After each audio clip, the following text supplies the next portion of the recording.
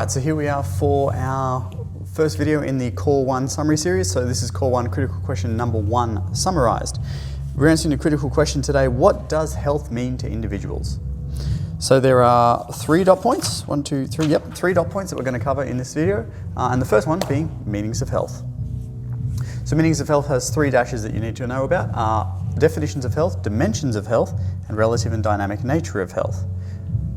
So let's go through them. Definitions of health. The WHO, World Health Organization, please remember, defines health as a state of complete physical, mental, and social well-being, and not merely the absence of disease or infirmity. Okay? Pretty good definition, has problems, all right? It does sort of make good health unattainable for most people, because you need complete physical, complete mental, and complete social well-being, which a lot of people don't have, all right? It also doesn't factor in the other dimensions, such as emotional or spiritual. So there are problems with that definition. Obviously, if you get a question on this, you need to address what the definition is, what dimensions of health it addresses and what it doesn't address, and how you could probably improve it, okay? You know, and we've talked about that before. So like, it could be improved by staying, having high levels of all 5 dimensions of health and then listing the 5 dimensions or something like that, not merely the absence of disease or infirmity.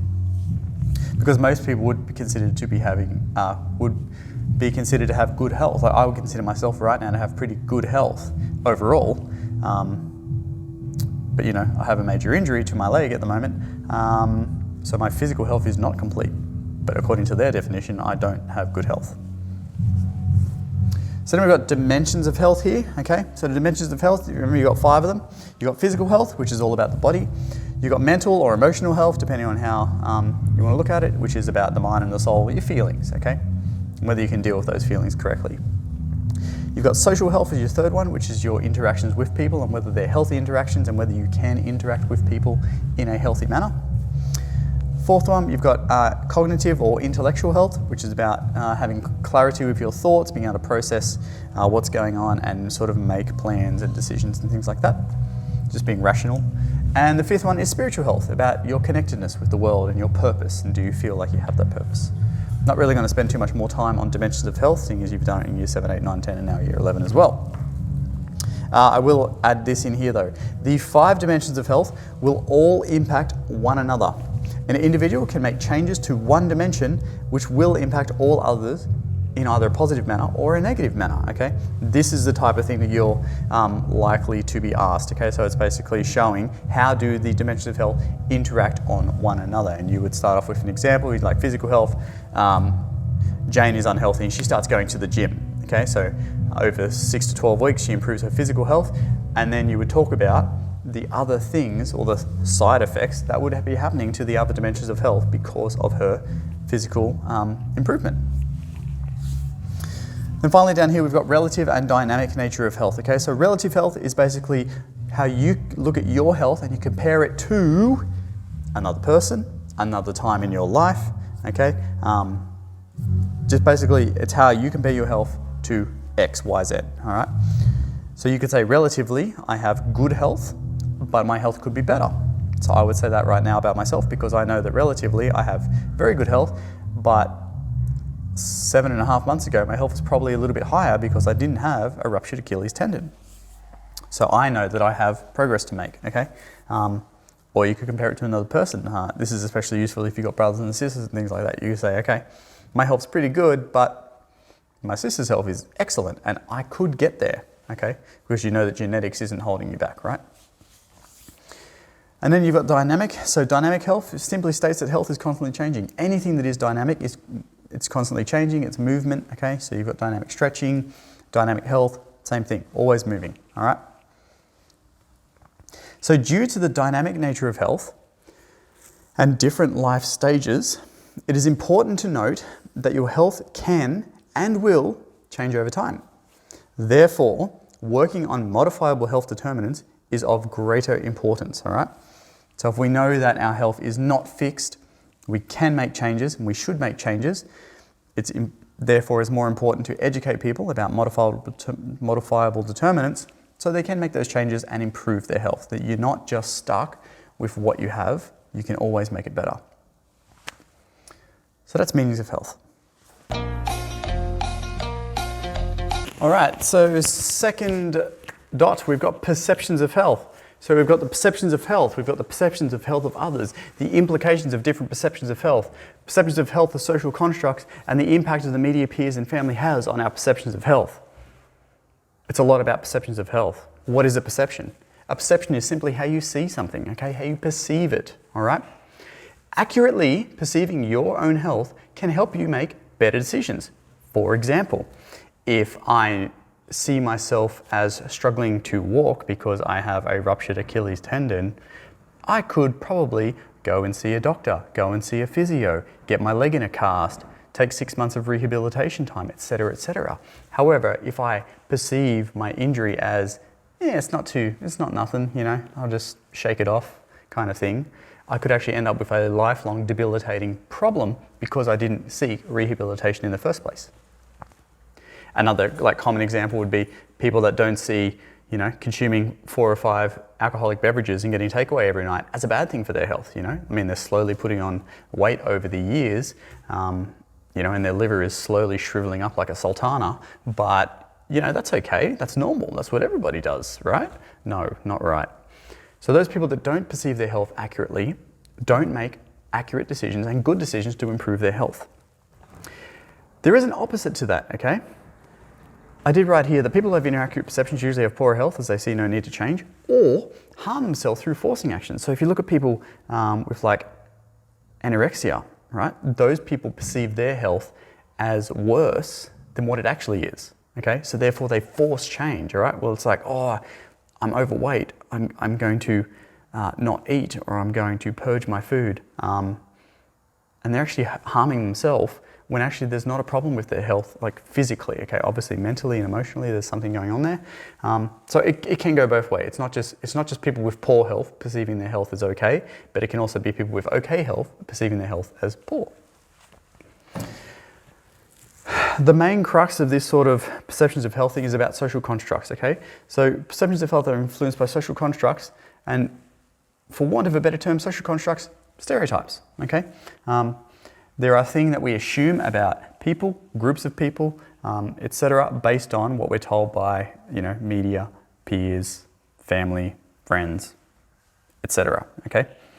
So for example, assuming that said, socioeconomically disadvantaged people have higher levels of alcohol and tobacco usage, and therefore they don't see a need to change, right? So if someone who lives in a socioeconomically disadvantaged family, you know, they grow up seeing their parents consume high amounts of alcohol and smoking every night, everyone around them in the street consumes high amounts of alcohol and smoking, they go to school in a socioeconomically disadvantaged school and most of their peers do it, so then they start doing it. Why would they change? That's normal for them, okay?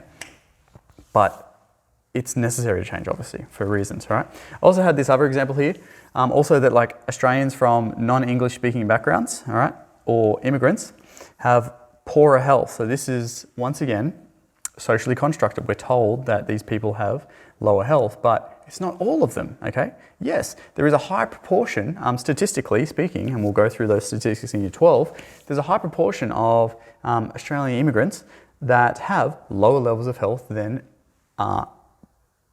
people who are born in Australia, okay?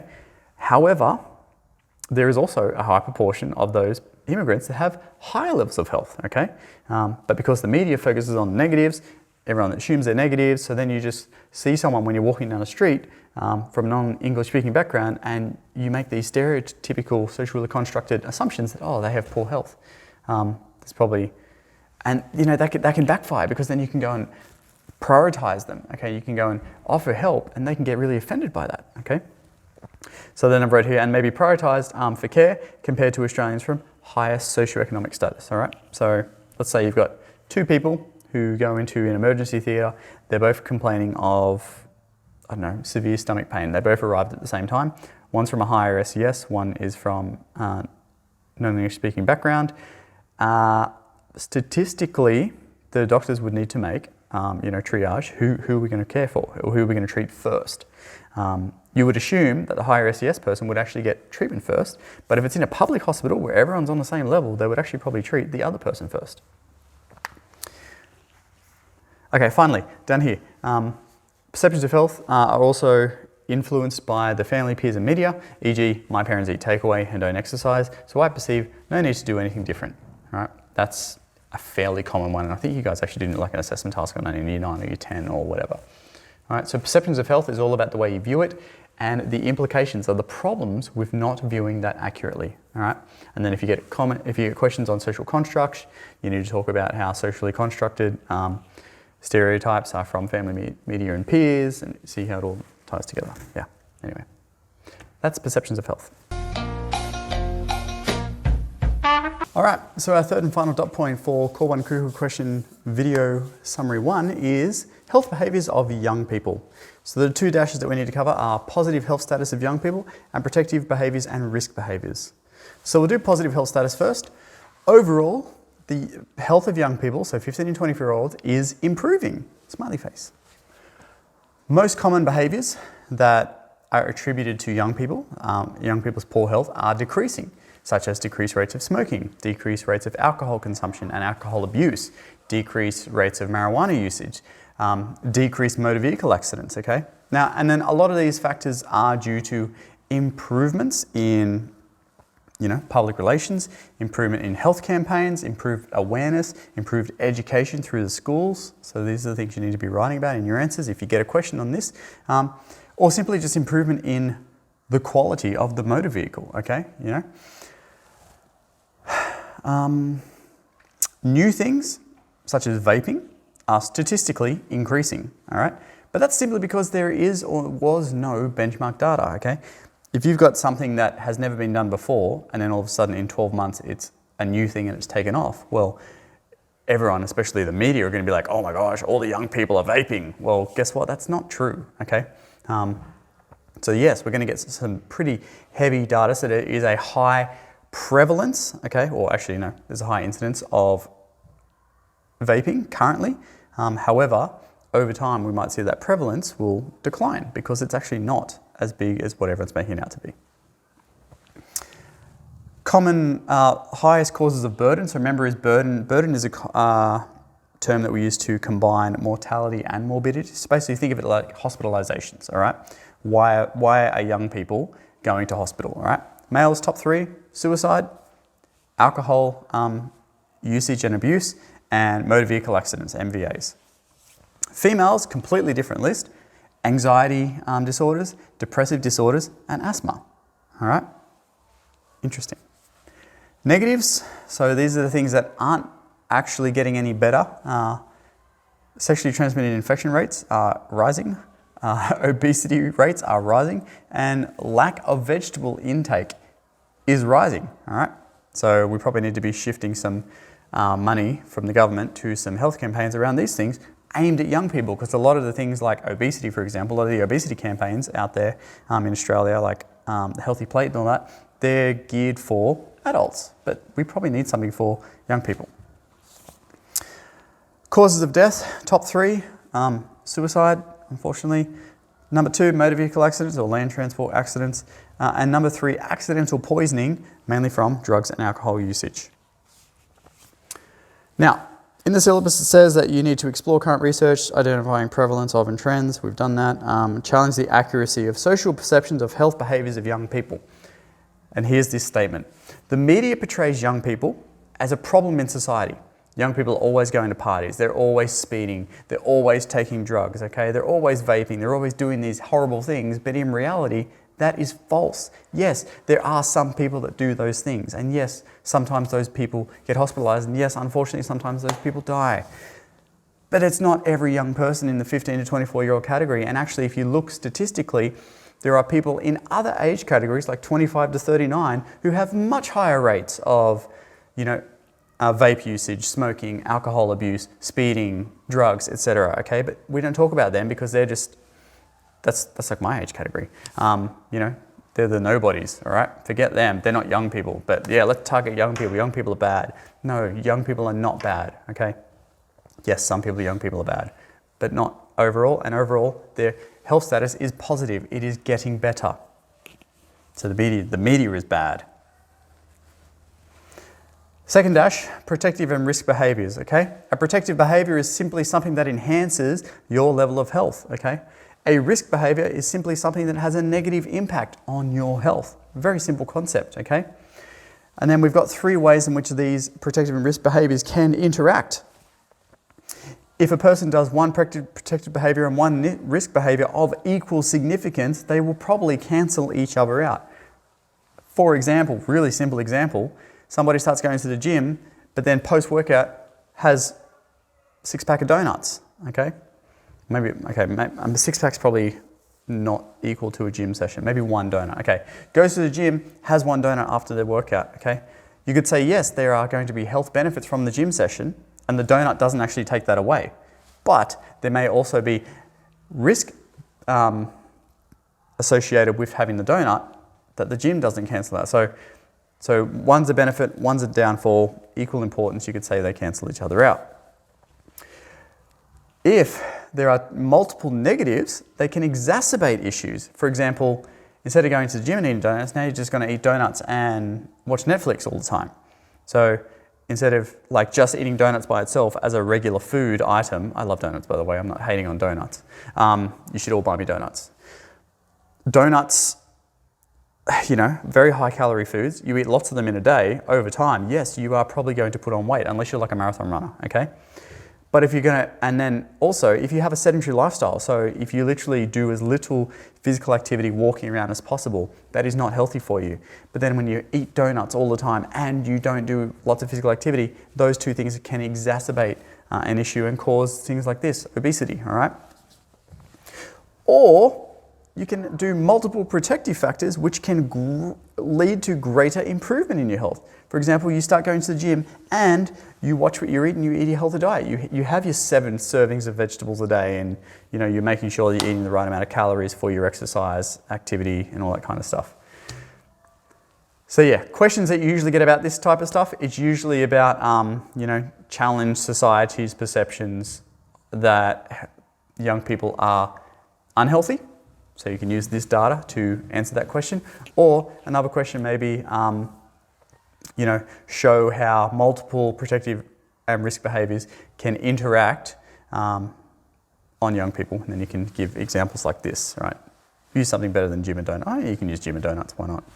Anyway, that's the health behaviours of young people. And overall, that is the end of our Core 1 critical question number 1 summary video. Thanks, bye.